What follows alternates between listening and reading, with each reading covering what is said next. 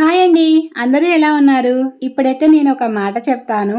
మీ ఇంట్లో కూడా ఇలాగే చేస్తారా? లేదంటే తింటారో కింద కామెంట్ చేయండి. నాటుకోడి కూర తీసుకురా డాడీ అని అయితే చెప్పారనమాట. మా హస్బెండ్ ఏం చేశారంటే కోడిని కట్ చేయడానికి టైం ఉందనేసి ఒకసారి ఇంటికి వచ్చి వెళ్దామని కోడిని కూడా తీసుకొని వచ్చారు. ఆ కోడితో మా పిల్లలైతే కాసేపు ఆడుకున్నారనమాట. తర్వాత కోడిని తీసుకెళ్లి కట్ చేసుకొని వచ్చేసారు. కోడి ఎక్కడ డాడీ అంటే కట్ చేసుకొని వచ్చాను అన్నారు.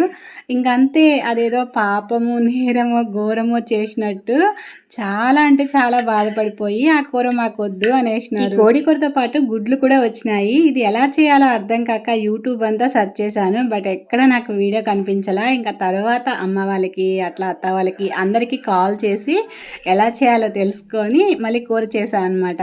ఒక గుడ్డు అయితే నెక్స్ట్ డే పెట్టే గుడ్డు, పైన పెంకు కూడా గట్టిగా ఉందనమాట. ఇక మిగతా వచ్చేసి ఉడికేటప్పుడు అందులోనే వేసి ఉడికించేసాను.